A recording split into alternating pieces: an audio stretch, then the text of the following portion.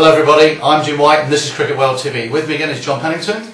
Jim, what a day we've had. Absolutely fantastic. The final day of the ICC World Twenty20 Championships, culminating in this doubleheader at Lord's, first women and then the men's finals. John, it's been a fantastic day of cricket. Both games obviously going to a finish and we now have two winners of the competition. What are your thoughts on the day? Well, let's just sort of first of all say England women won the women's competition, great performance from them, and then just as good a performance from Pakistan later on to beat Sri Lanka. Two low scoring games but thrilling entertainment all the way. They're very well supported in the first and in the second games, of course. The fans really making it a tournament which I think is done brilliantly for the ICC and worked very well over the last few weeks. Let's get a bit more detail then, John. Let's go, I think, maybe to the first game of the day. First of all, England women beating New Zealand and now the champions of the world again. Quite right, Jim. Ladies first. New Zealand, they decided to bat. England put them into bat, so effectively they said they would have decided to bat anyway. It didn't work for them at all. They bowled out for 85, some really good movement in the air exploited by Catherine Brunt. She returned 3 for 6, outstanding figures. A couple of wickets for Nikki Shaw, Jenny Gunn, one each for Laura Marsh and Charlotte Edwards. Outstanding fielding display from England as well. They were pretty poor in the field against Australia. They turned it on today and New Zealand were just found wanting. And they then made their way to 86 for 4. There's a few little wobbles on the way as a bit of pressure was built up. But Claire Taylor, player of the tournament, 39 not out, guided England home with 3 overs to spare, which is pretty comprehensive, really.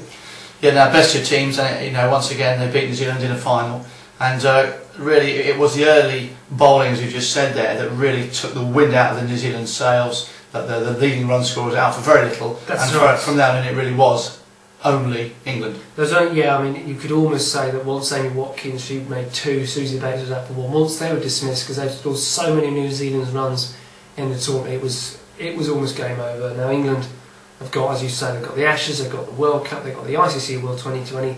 They're head and shoulders at least above everybody else in women's cricket, and it's really refreshing to see. It is, and it really was their day today, and congratulations go to them from us here at Cricket World, to Mark Lane, Jack Birkinshaw and all the coaching staff that have helped the team. And it really is a squad of players that have gotten to this victory, and they thoroughly deserve that win, and great for them to see it at the home of cricket in front of a good crowd and a real showcase for women's cricket. So we then move on to the men's game a little bit later in the day, a little bit time for the wicket to be rolled and the sun to bake it. Pakistan and Sri Lanka, and talk us through that, John. Well, another great game. Sri Lanka, they came out and battered, and straight away Pakistan really fired up. They tore into them at 2 for 2, then they're at 70 for 6 with the big men all gone apart from Kumar Sangakkara, who played a quite brilliant innings considering the circumstances of 64 not out. He was given some support finally by Angelo Matthews, who made 35 in a crucial partnership of 68 unbroken for that 7th wicket. Abdul Razak, what a revelation he's been since his return from the ICL, 3 for 20. There was a wicket apiece for Umar Gul, Shahid Afridi and Mohamed Amir. And the sort of talk at half time is 138 enough? Can they defend it? What did you think half time, Jim? I thought 138 was probably a bit shy of what they needed and would have wanted and would have been happy with. But having said that, a couple of wickets and you're back in the game. Well, I think there was a bit of a wobble, wasn't there? There was. Well, factor in that the last over of the innings went for 17 from the youngster Mohamed Amir, and Sri Lanka were just about in the game.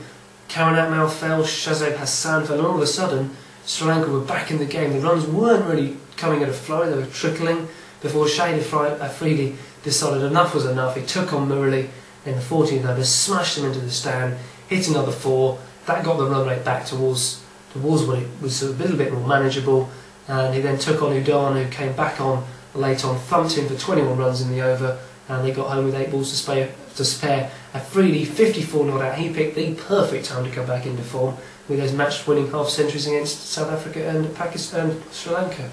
And it has been an absolutely brilliant tournament. We've got a separate show to do as a tournament review, but I think today has seen Lords at its best, a full house, even in the members' stand. I think there was a lot of support there for cricket, and a popular win. But I think it was the final everybody wanted. It was an absolute what a story. I mean, obviously both these teams were caught up in those tragic events in Lahore a few months ago. If you take it even further back, the tragic death of Bob Warner in the Caribbean, and even a little bit further back, the tsunami affecting some of the Sri Lankan players personally. So these two sides, to have them competing on the pitch, giving their people something to smile about, just fantastic for the game. And as you say, very popular winner, appreciated by everyone, I think, who really loves cricket. And Chris Broad was match referee as well. Yeah, no, nice touch that as well, just to bring it all together.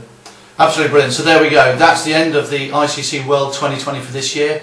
And we've only got to wait until spring next year in the Caribbean, and hopefully we'll be there to cover that. Looking forward to it already. Absolutely. It's been a brilliant day for cricket. We've thoroughly enjoyed commentating on it and interacting with thousands of people that have been online with us here at Cricket World. We thank you, and this is Jim White and John Pennington signing off for the ICC World 2020 for the last time this year. Thank you very much for listening. Good night.